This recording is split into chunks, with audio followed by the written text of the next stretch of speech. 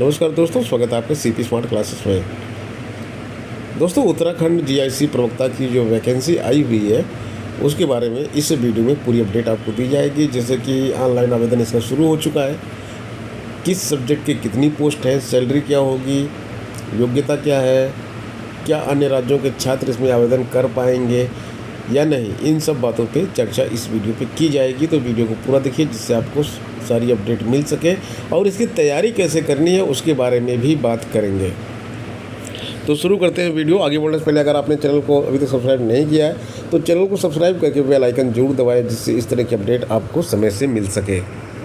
दोस्तों, ये भारी भरकम विज्ञापन निकला है, 140 पन्नों की PDF है और इसमें मेन चीज़ें जो है वो हम आपको बताएंगे। तो सबसे पहले इसमें देख लेते हैं कि किस तरह का ये विज्ञापन है। सामान्य शाखा और महिला शाखा, दो तरह की वैकेंसी, यानी कि एक फीमेल वैकेंसी है और एक जनरल वैकेंसी है। प्रकाशन होने की तिथि विज्ञापन की 18 अक्टूबर है। 7 नवंबर को अंतिम तिथि है ऑनलाइन आवेदन करने की। परीक्षा शुल्क भी 7 नवंबर तक जमा कर पाएंगे। संशोधन करने की अंतिम तिथि जो है 19 से 28 नवंबर इसमें दी गई है। अब आगे बात करते हैं। इसमें एक चीज़ देखिए, आप यहाँ पे नोट कर लीजिए, यहाँ पे जो है प्रवक्ता संवर्ग समूह गा के अंतर्गत आने वाली ये भर्ती है। तो जैसे जैसे हम इसमें आगे बढ़ते जाएंगे सभी चीज़ें इसमें क्लियर होती जाएंगी।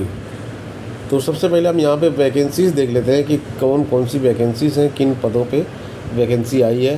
तो 613 वैकेंसी जो हमने आपको बताया था, 613 वैकेंसी टोटल आई थी। सामान्य शाखा के 550 और महिला शाखा के 63 पद इसमें शामिल हैं।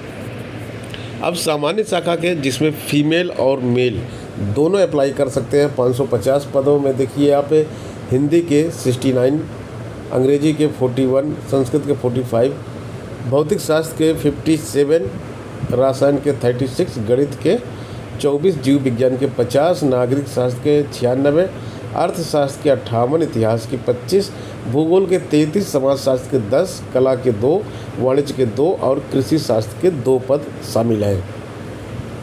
इसके बाद ये यहाँ पे हॉरिजॉन्टल रिजर्वेशन दिया गया है और यहाँ पे ये बताया गया कि 95 वैकेंसी जो है ये इनकी है, मतलब दिव्यांगजन लोगों की हैं इसी में। फिर ये महिला शाखा वाले, जिसमें केवल और केवल महिलाएं आवेदन कर सकती हैं।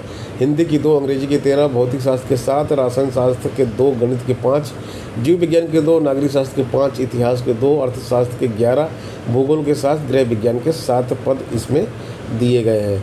इसका भी हॉरिजॉन्टल दिया गया है और अलग अलग कैटेगरी के लिए दिया गया, किस तरह से इसमें अप्लाई कर पाएंगे। अब यहाँ पे देखिए पदनाम प्रवक्ता है और इसमें वेतन जो दिया गया है वो आप देख सकते हैं। लेवल 8 का वेतन है 47,600 इनिशियल बेसिक है। अब इस पे 50% DA लगेगा, जो कि 50% भी हो चुका है। HRA लगेगा, ये मिनिमम 2 चीज़ें तो लगनी है।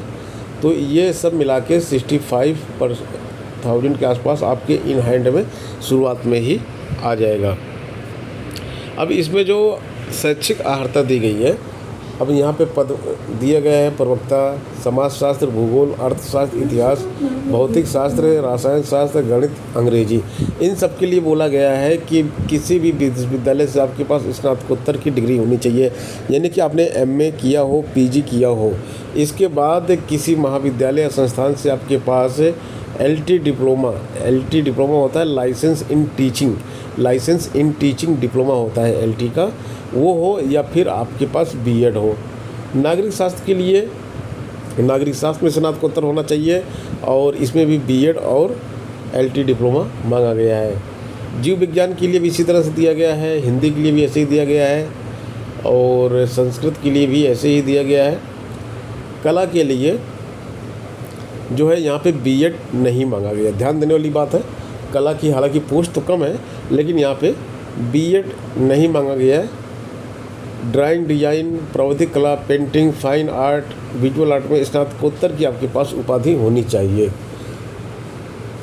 और बाकी इसमें कृषि में भी BEd मांगा गया है, गृह विज्ञान में भी BEd मांगा गया है, वाणिज्य में भी BEd मांगा गया है। आयु की गणना यहाँ पे 21 से 42 साल की आयु मांगी गई है। 1 जुलाई 24 से आयु की गणना की जाएगी।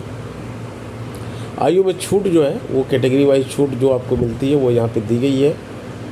और आगे बढ़ते हैं, अभी हम पेज 15 पे आ चुके हैं। 140 पन्नों का पूरा विज्ञापन है ये।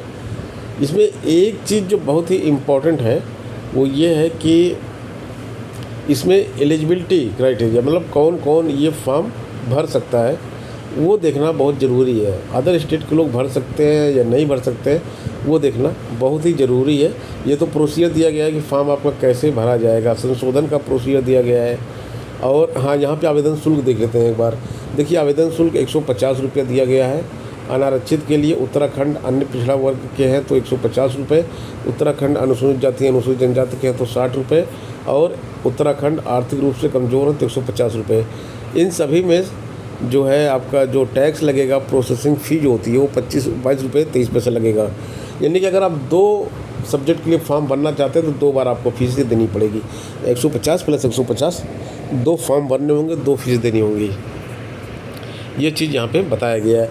शारीरिक दिव्यांग है तो कोई शुल्क नहीं लगेगा। उत्तराखंड राज्य में संचालित स्वैच्छिक राजकीय गृहों में निवासरत अनाथ बच्चे हैं तो भी कोई शुल्क इसमें नहीं देना होगा। निगेटिव मार्किंग होगा और बहुविकल्पीय प्रश्न इसमें आएंगे। 4 विकल्प दिए होंगे। निगेटिव मार्किंग जैसा कि सब एग्जाम में रहती है वैसे इसमें भी होगी। उत्तर कुंजी जारी की जाएगी, फिर उस पर आपत्ति मांगी जाएगी। तो ये सारी चीज़ें यहाँ पर भी है जैसे सारे एग्जाम में होते हैं। न्यूनतम अर्हता भी डिसाइड कर दी गई है कि उससे नीचे वालों को पास ही नहीं किया जाएगा। जॉब की बात तो बहुत दूर की बात है। जो परीक्षा होगी वो आपकी शिक्षण अभिरुचि एवं सामान्य अध्ययन की 150 अंकों की होगी। ये प्रथम चरण की है, 150 अंक होंगे, 2 घंटे की होगी। उसके बाद द्वितीय चरण जो होगा इसमें परीक्षा का, जो उसको मेंस बोलते हैं, 200 प्रश्न होंगे 200 नंबर के। ये भी जो है आपकी ऑब्जेक्टिव होगी। तो यहाँ पे जो खंड 1 यानी कि जिसमें 150 प्रश्न आपके आएंगे उसमें देख लेते हैं। प्रश्नों की संख्या 40। ये शिक्षण अभिरुचि से 40 प्रश्न आएंगे आपके। ये सिलेबस पूरा दिया गया है। सामान्य अध्ययन के 35 प्रश्न आएंगे। उत्तराखंड राज्य संबंधी ज्ञान के 30 प्रश्न आएंगे। सामान्य बुद्धि परीक्षण के 25 प्रश्न आएंगे। सामान्य हिंदी के 20 प्रश्न आएंगे। और ये पूरा आपका 150 प्रश्न इस तरह से ये हो जाएंगे। सिलेबस पूरा दिया गया है यहाँ पे।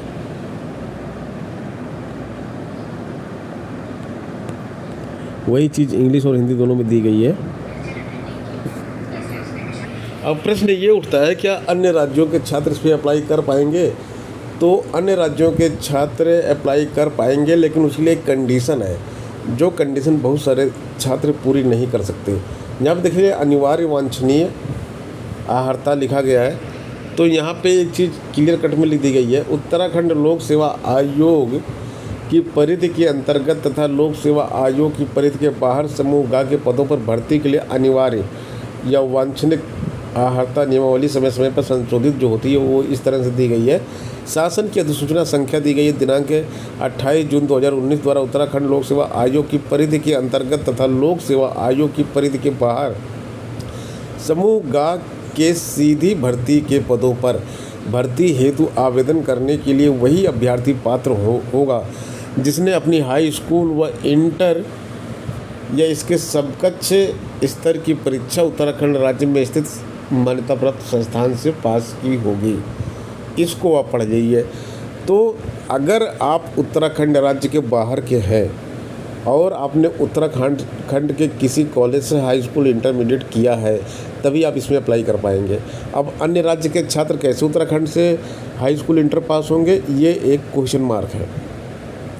बहुत सारे स्टूडेंट ऐसे होते हैं जिनके फादर जो होते हैं, वो पेरेंट्स जो होते हैं वो सेंट्रल गवर्नमेंट की जॉब में होते हैं। जैसे उत्तराखंड में उनकी पोस्टिंग होती है, उत्तराखंड में वो रहते हैं, कुछ समय के लिए रहते हैं। उस समय अगर उन्होंने हाई स्कूल इंटर वहाँ से कर लिया है लेकिन वो किसी अन्य राज्य के निवासी हैं तो वो इसमें अप्लाई कर सकते हैं। बाकी जिसने किसी अन्य राज्य से हाई स्कूल इंटर किया वो इसमें अप्लाई नहीं कर पाएंगे।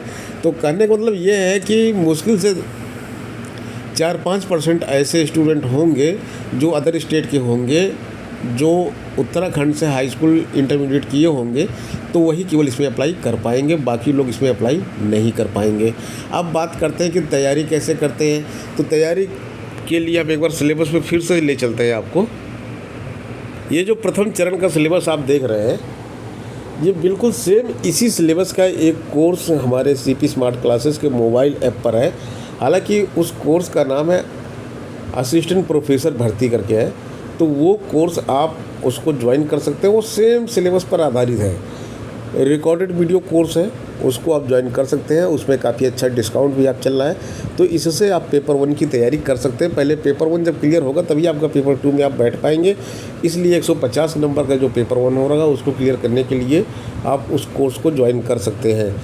और दूसरी चीज़, जो आपका सब्जेक्ट है, हर सब्जेक्ट की टेस्ट सीरीज़ यहाँ पे आपको हमारे CP smart classes mobile app पर मिलेगी, जिसका प्राइस केवल 99 रुपीज़ है। तो आप वो टेस्ट सीरीज़ ज्वाइन कर सकते हैं। जैसे छात्रों ने शुरू भी कर दिया ज्वाइन करना, अलग अलग सब्जेक्ट के लोग ज्वाइन करना शुरू कर चुके हैं। तो दोस्तों, इस वीडियो में इतना ही। अगर आपको कोर्स से रिलेटेड या टेस्ट सीरीज़ से रिलेटेड कोई क्वेरी है तो 8299226960 ये मोबाइल नंबर है, इस पर आप व्हाट्सएप करेंगे तो आपको डिटेल इसकी भेज दी जाएगी। मिलते हैं नेक्स्ट वीडियो में। धन्यवाद।